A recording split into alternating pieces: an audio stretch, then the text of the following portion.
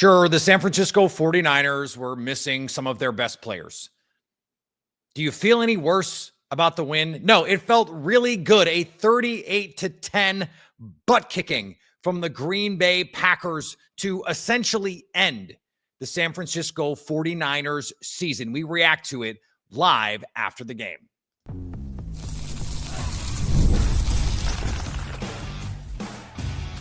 You are Locked On Packers, your daily Green Bay Packers podcast. Part of the Locked On Podcast Network, your team every day.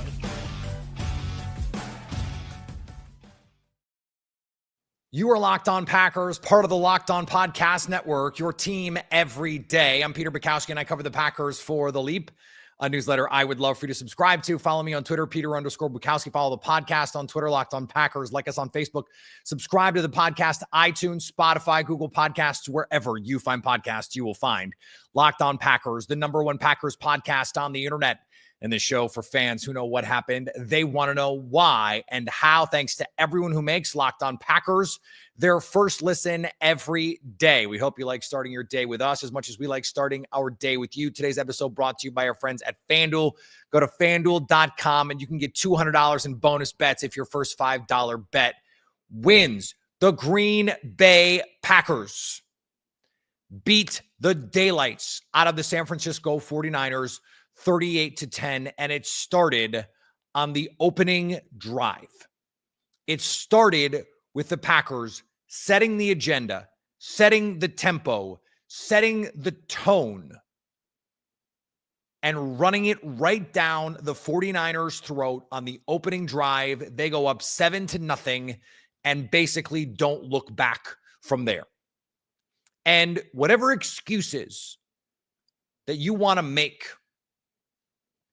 if you want to say, now this is going to be mostly Lions fans, Vikings fans, Bears fans, Niners fans, Eagles fans, making this case that, oh, the 49ers are so banged up. Yes, that's true.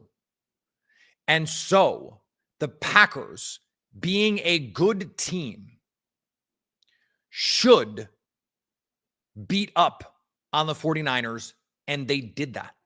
If this game was 24-21, it would be a bigger concern.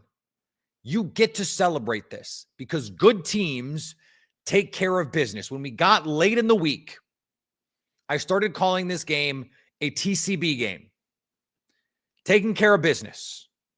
And that's exactly what the Packers did. And what I loved about it is they came in with a plan and said, the weakest part, and we talked about this all week, you guys, and we were all over it on The Leap, a newsletter I would love for you to subscribe to. This was going to be the weakest part of this 49ers defense was the run defense. You take Nick Bosa out even more so. He's their best run defender, not named Fred Warner. And what you do is you downhill, you attack them all game. They wanted to fold the tents on the season.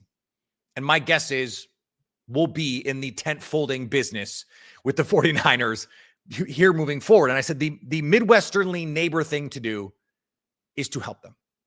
And that's what the Packers did. They jump out to the early lead. Now, they let the 49ers back into it.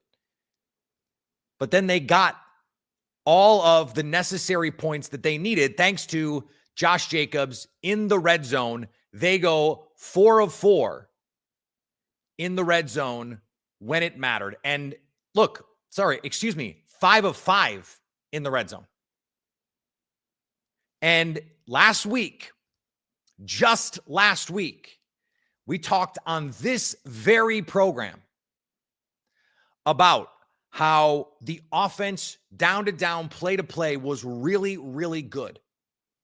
And these small little tiny sample sizes, the third downs where they were 22nd coming in, the red zone where they were 27th coming in, that stuff was not indicative of the quality of this football team. In aggregate, third in DVOA, one of the best offenses in the league.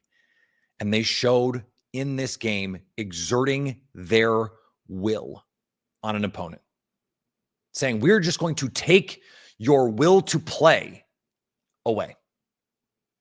And this is the kind of game you have to win in January, where not against an opponent the quality of the AAA Santa Cruz 49ers, but a game where you want to run the ball, you don't turn the ball over, though Jordan Love tried.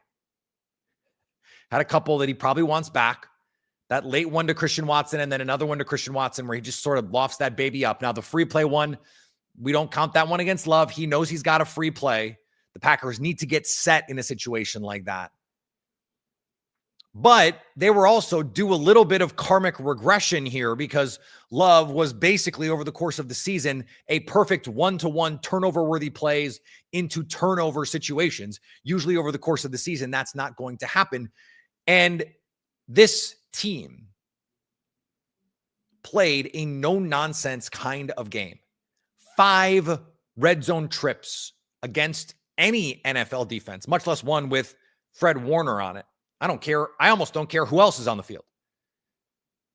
Fred Warner was out there. This is a defense that institutionally has done. Deommodore Lenoir just got $90 million. He was out there. Devondre Campbell insisted nothing was his fault in Green Bay. He was always covering for other people. By the way, Quay Walker played the game of his life in this football game. At least in the NFL. I thought it was his best game as a pro. Kudos to him. If I'm going to complain, we're going to get to the defense.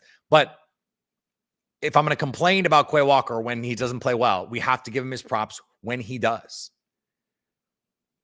But to me, I expected 10 points from this 49ers offense with Brandon Allen, with no Brandon Ayuk, with no Trent Williams.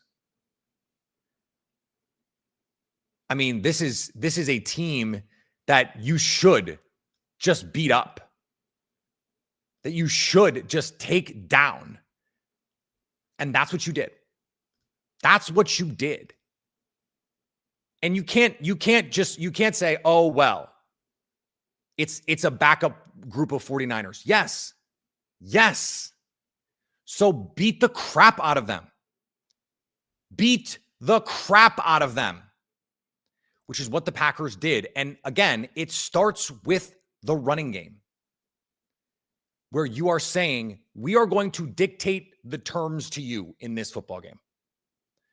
We are going to say, you are not going to beat us because at the line of scrimmage, it's us versus you. What has been the biggest criticism of the Matt LaFleur teams, really go back to the Aaron Rodgers, Mike McCarthy teams in the playoffs? What has it always been? Yes, it's been the defense. But what else? That this is a soft finesse team. That has always been the criticism. Whether I think it is fair or not is irrelevant. That has always been the criticism of this football team.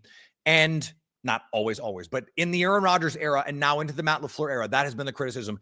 And they said, no. Josh Jacobs, 26 carries for 106, 3 touchdowns, now has 7 straight games with 90 or more all-purpose yards, leads the NFL. He's been essentially the most consistent contributing back in the league this season. By the way, 3 running backs at the top of the rushing yards list right now: Derrick Henry, Saquon Barkley, Josh Jacobs. All of them were 2024 free agents. All of them crushing it for their new team. And I said this on social media, on Blue Sky, on Twitter. I will repeat it. The narrative that I have been joking about is, he's been underwhelming.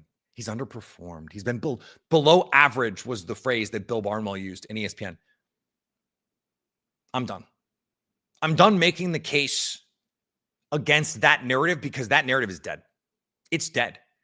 If you cannot look at what the Green Bay Packers run game has been this year, but 3rd in defensive DVOA, in rush offense DVOA, regardless of how good the 49ers defense is by DVOA.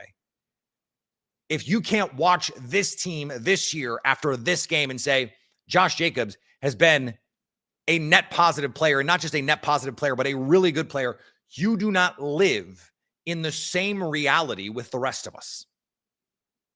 You're just not watching what we are watching. And when the offense has this sort of capability in the run game to dictate terms on this level offensively. We know what Jordan Love this offense is capable of. We know they still have inconsistencies. We're going to get to the inconsistencies, I promise. This is the game you wanted to see against a backup group of 49ers. Go out, exert your dominance, show you are the alpha in a series where you have not been the alpha. Let's keep it a buck on this. And that's exactly what the Packers did. Now, the defense, it was a little touch and go there, right? The defense, 3 points in the second half. The Green Bay Packers' second half defense once again came to play. Let's talk about the defense. That's next on Locked On Packers. Today's episode brought to you by our friends at FanDuel. Packers went from 1.5 point favorites when this game opened to 6.5 point favorites by the time that it closed. And I told you, I thought it could get to 7. I was telling someone on Blue Sky that I think this should be a game that the Packers win by 10 plus. They won by 28. So there's a reason. And in fact, I thought 5.5 when it was announced that those guys were going to be out, Brock Purdy and Trent Williams and Nick Bosa. I thought that was disrespectful to Green Bay, and they proved exactly why. Now, guess what? College basketball starting. Let's have a day. Let's have some fun. Let's really get things going here with our bets because there's so many things. College basketball, college football. We're going to argue about the playoffs. It's going to be fun. It's going to be fun here in the coming days, in the coming weeks. So let's bet. Let's bet. When you get a hunch in the middle of the game, you can check out the latest stats feed, live play-by-play, and so much more on the same page where you place your bets. Just visit FanDuel.com to join today. You'll get started with $150 in bonus bets. If you win your first $5 bet, that's FanDuel.com. Never waste a hunch and make every moment more. FanDuel.com to get started. Today's episode also brought to you by our friends at Hillsdale College. Time is the most precious commodity we have, so don't waste it by scrolling through the same mind-numbing content for hours and hours. How do you spend it wisely to improve yourself? History, economics, the great works of literature, the meaning of the U.S. Constitution. Did you study those things in school? Maybe you did, but even if you did, maybe it's time for a refresher. Hillsdale College is offering more than 40 free, that's right, free online courses, including the Constitution, Introduction to Free Market Economics, The Great American Story, The Rise and Fall of the Roman Republic. So go right now to hillsdale.edu/lockedon to enroll. There's no cost, and it's easy to get started. That's hillsdale.edu/lockedon to register. Hillsdale.edu to register. Go there. What are you waiting for? Go there today. There was a moment where this defense looked like they were going to give it up, where they had knuckled under, they were playing soft, and they let the 49ers march right down the field, 11 plays, 65 yards, a 5.5-minute drive. I can't pretend to understand what the thinking on that was. They played soft off coverage. They gave free access all the way down the field and just did not play with the sort of aggressiveness and assertiveness that I would have expected in a game like this. And yet, over the balance of the game, this was had a little bit of that Joe Barry feel, where during the game, you're a little bit frustrated with some of the stuff down to down, play to play, and then you go back and you look at ultimately what they do. 241 yards of offense, not good. 5.1 yards per play, not good. And you create 3 turnovers. Lucas Van Ness gets the sack fumble. That's essentially the clincher. Keyshawn Nixon gets the peanut punch fumble force down the field. Game is essentially over at that point. And the McKinney interception. That was the one. That was the one because the game was still kind of in the balance at that point. The Packers, they get a 4th down stop, Xavier McKinney on Christian McCaffrey, and that is what you brought Xavier McKinney here to do. That's a cliche, but that's the truth. Because when was the last time the Packers had a player who could, in single coverage, handle a guy like Christian McCaffrey? When? Was it Charles Woodson? Was he the last guy that they could say, okay, that running back, that tight end, that guy's a problem. We need you to cover that guy, and he could do it. I really genuinely think it was Charles Woodson because they didn't really do that. Jair Alexander's not really built for that. Doesn't have the body type for that. Xavier McKinney handled it with aplomb in this game. So then you get the turnover on downs, but the Packers go 3 and out after that. It's still 17-7 at this point. The 49ers are driving. It's 3rd and 8. Brandon Allen really hits Deebo Samuel right in the hands. Now, it would have been a great play in traffic. Isaiah McDuffie is clouding the picture from in front, leaps up, makes it difficult. Deebo sees it late. You can, if you watch the backside replay, he gets his hands up really late to try and make a play on that ball. And I'm not sure that he ever really saw it. And it bounces right to Xavier McKinney. And this is one of the things that we talked about with Jordan Love on the other side, being unlucky, where it's like, okay, Jordan Love airmails the throw to Tucker Kraft. It goes right to a corner who's waiting there. What Caleb Williams airmailed 5 or 6 throws against the Packers last week. The Packers just didn't happen to have anyone waiting for the football. In this case, Xavier McKinney was there waiting off the ricochet and makes really the game-changing play, because the Packers, after that ball gets returned down in deep in 49ers territory, down to the 26. The Packers, 3 plays, 26 yards. They score the touchdown. They get the DPI. Now Romeo Doubs into concussion protocol, it seemed like, on that. They said head injury. They did not officially say concussion. I understand that.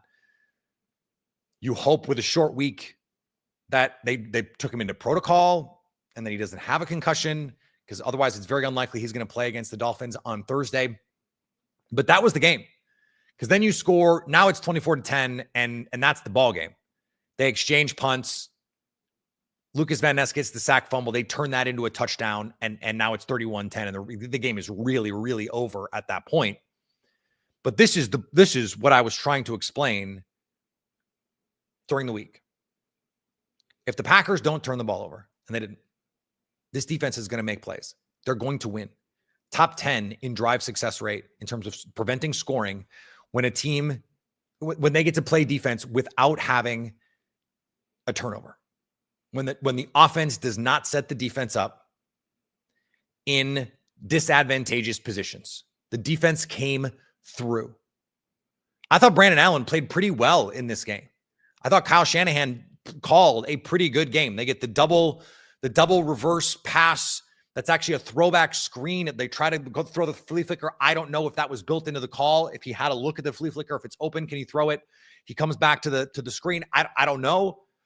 It was a good play. They had a couple really nice plays in this game. But you flip this game, and Nova points it out in the chat on YouTube right now. The 49ers had the most missed tackles in a football game this season. That seems like it would be a Packers stat. But it was the 49ers who did it. The Packers played disciplined in this game, and it was some maligned players coming through. It was Keyshawn Nixon. It was Quay Walker, who had a pair of TFLs, had a PBU that should have been an interception. He made some big plays in this game. It was Keyshawn Nixon, who has been, become one of the guys who takes the most criticism on social media. And certainly I have been critical of his plays at times. He gets the peanut punch forced fumble. It was Lucas Van Ness, who goes through 2 guys on the rush, powers through the offensive lineman, then just eats up the chip block from the running back and gets the fumble. It was Rashawn Gary, again, a maligned player. He gets a forced fumble early in this game. We saw Tyron Hopper in the game make a play. We saw Eric Stokes make a critical tackle in space. And Javon Bullard, I think some of the stats caught up with him a little bit. I don't know that he's been as bad as some of the Pro Football Focus numbers would have you believe. He made a couple stick tackles in space, and Deebo Samuel was a non-factor in this game. I said coming in, Evan Williams and Javon Bullard were going to have really good games, because the middle of the field with George Kittle and Deebo Samuel, that's huge. Deebo Samuel did nothing in this game. 1 catch on 4 targets. Now, George Kittle made some plays, but he made some plays in tight coverage. Like Carrington Valentine has him covered. Brandon Allen throws a dot. That's just an NFL player making an NFL play.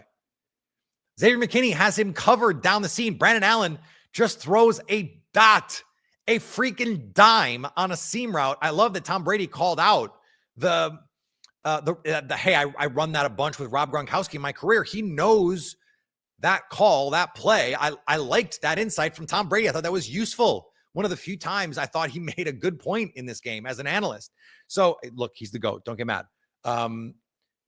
So when you're getting quality plays from players who have not played their best, even against backups, like Juwan Jennings has lit up teams this year.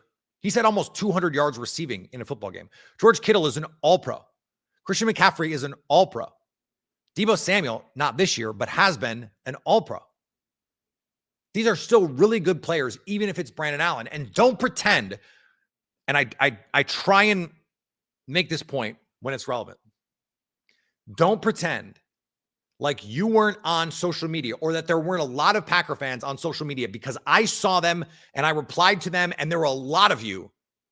I saw you saying, well, this is just going to be 2019 all over again. They're just going to Jimmy Garoppolo us. You were ready to be hurt. You were emotionally hedging. We talked about this before the Bears game. You did not want to expect a win against a team that the team that you root for, by all rights, deserves to absolutely demolish. And that's what happened. And you weren't ready for it because you tied yourself in knots, worried that the 2019 game, which that was one of the worst run defenses in the league. The Packers have been an average run defense this year, going up against one of the best teams overall of the last 5 years, of the last 10 years for sure. It was just never going to be that. I understand it. There is I'm guarding my heart mentality, and I understand that part of it. Now, all the good stuff, I'm glad we talked about it, but there was stuff to clean up today. And there is nothing like a blowout win where, as a coach, you still get to say, yeah, but. We'll talk about it next on Locked On Packers. Today's episode brought to you by our friends at Prize Picks, the best place to get real money sports action. With over 10 million members and billions of dollars in award winnings, Prize Picks has made daily fantasy sports accessible to everyone. Just pick more or less than at least 2 players for a shot to win up to 10 times your cash. Run your game all season long on Prize Picks. This is a no-brainer. 100 times your money. You can win up to 100 times your money with as little as 4 correct picks. You get 4 of these right, you can win 100 times your money. Sign up today and get $50 instantly when you play 5. You don't even need to win to get the bonus. It's guaranteed. What else do you want me to say? Download the app today and use code LOCKEDONNFL to get $50 instantly when you play your first $5 lineup. $50 just for, you don't have to win. And you can win. You can get that $50 bonus. Just play a $5 lineup when you use the code LOCKEDONNFL. Prize Picks. Run your game.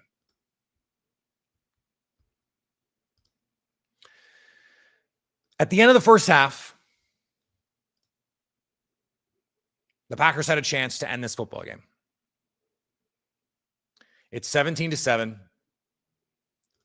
And Jordan Love, rainbows left side, as Wayne Larrivee would say. I'm almost sure that was the phrasing that Wayne Larrivee used. He loves that phrasing, and I love that phrasing for him. And it's a walk-in touchdown for Christian Watson. A walk-in touchdown. He drops it. You have JJ Enagbare and Lucas Van Ness fight. These guys are fighting for defensive reps. Lucas Van Ness lined up a half yard offside. I mean, he was like not even in the neutral zone. He was almost across the line of scrimmage practically. Now, the holding call on Elton Jenkins was pretty weak. You had Romeo Doubs on, look, a throw that was not great from Jordan Love, came out of his hand weird. It's wobbly. And Doubs had to slow down and go back shoulder to catch it, but it's on his frame. Any ball, even if it's behind you, that is on the frame of the receiver. That is the way that I look at it. If you have to reach behind you, it becomes like an error in baseball where it's like, that's a really hard play to make. It's not an error. It's an infield hit. This is on his frame, on his back shoulder. You just have to make that play. Now, I don't think Christian Watson is bad, but the difference between what Christian Watson is and what Christian Watson can be is consistency. 150 plus yards last week. He makes 4 explosive plays. Like, you can't say he can't catch given the plays that he made last week. He made difficult catches and runs last week. He just did it. But if you can't do it consistently, then you can't be the focal point of an offense. And that's where we are with Christian Watson. And we saw it. The Packers didn't quite know where to go and what to do when, okay, Christian Watson might have gone in the tank a little bit. I'm not saying he did that, but you might be worried about it. You lose Romeo Doubs, who was their best receiver in this game by far. It was sort of like, okay, well, what do we get to then? I'd like to see more Tucker Kraft. I'd like to see more Jaden Reed. And with Romeo Doubs out, if he's out this Thursday, it's a nice opportunity for someone like Dontavian Wicks. I said, I want the core guys to be the core guys. But if you have an injury, that's a really great opportunity for your secondary guys. I think Malik Heath, he's someone he's a good player. I understand the predicament that these coaches are in, saying we want to get all these guys on the field because I like Malik Heath. Like, part of me wants to say, let's give Malik Heath some opportunities. But then it's like, okay, who do you take those opportunities away from? I can't be the guy who says, let your best players be your best players, but also make sure that all your rotations are like you're getting all these other guys involved. No. I do think, though, there are more opportunities for Tucker Kraft in this offense. Built in. More schemed up stuff that they could get to. Every time they throw him the ball, something good happens. 9.8 average yards after the catch for Tucker Kraft. 9.8. Every time he gets a target, he gets a first down.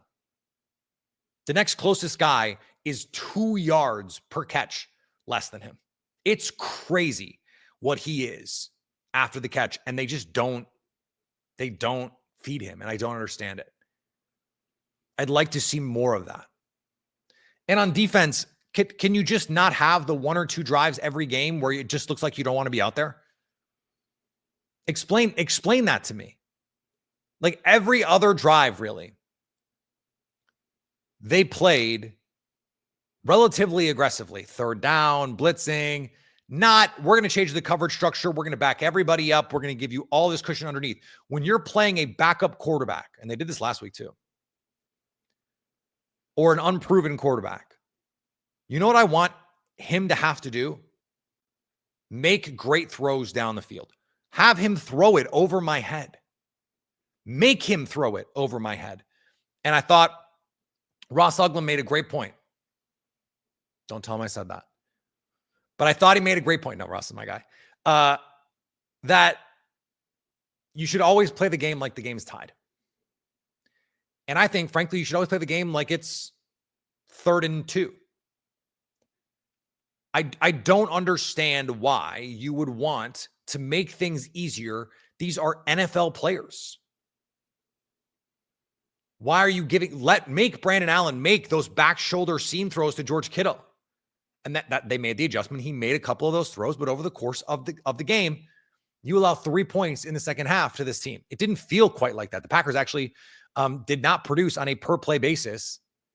They produced more yards than the 49ers, but 4.9 yards per play. It's a little bit like that Lions game where on a per play basis, it was a little closer than the score indicated. 3 turnovers is going to do that, but also 3 turnovers is going to do that. Like, you get the sack fumble is because you've got a backup quarterback in there. You don't have Trent Williams. The interception happens because the ball's a little bit off target. It's a little behind Deebo Samuel. He's got to reach behind him. It's a ricochet. You've got a waiting player there. When you win a game like this, for a coach to be able to go in the meeting room, and the Packers get to celebrate. They won this game and they deserved it. And you still get to say, look at all these mistakes we made. Jordan Love, 2 throws, he's got to have back. You can't force the ball into coverage. After Christian Watson drops the ball, he goes into, I've got to make these big playmaker modes. You don't have to do that. You don't have to do that. And I thought this game was great evidence for him as to why he doesn't have to. You can run the ball. You can trust your defense. I want Jordan Love to feel empowered to make the crazy throws. He didn't even have to make any crazy throws, although the touchdown on Tucker Kraft was a nice little sidearm guy. He got that ball in there off platform. You beat your nemesis, whatever version of them. I don't care that it was, the San Jose AAA, this is your 26th ranked recruit playing. Like, I don't care. You beat an NFL team by 28 and you still go, we've got a lot to clean up. That's a really good position for your team to be in. And it's exactly why the Packers have the potential to be one of the best teams in the league. If not, I truly believe they can play like the best team in the league. They can beat any team in the league because they just blew out this team and didn't play their best game. We're still waiting to see them play their best game. All right, quick turnaround. Packers play Thanksgiving night. Yes, we will be live. Have your Thanksgiving, but get that cup of coffee in you and let's go, because we're going to go live after the Thanksgiving game. Packers, Dolphins. Packers now in full control of their playoff destiny. They're probably going to get in. They're over 90% by basically any model you look at. They're getting into the playoffs. The questions are going to be, where? Can you beat the Lions to sneak up the standings? Can you beat the Vikings to sneak up the standings? You've done some of the heavy lifting here. Don't let a cold weather or a warm weather team come into Lambeau, and it's going to be cold. It's going to be very chilly in Lambeau on Thursday. This is the formula. Run the ball, dominate the line of scrimmage, and take away their will to play. That's what you want to see from the Packers again this week. So we're going to be live Thursday. Come have some fun. Follow me on the social medias, Peter_Bukowski. Follow the podcast on all the social medias, Locked On Packers. Subscribe on YouTube. Come hang out with us live after the game. So you can stay Locked On Packers.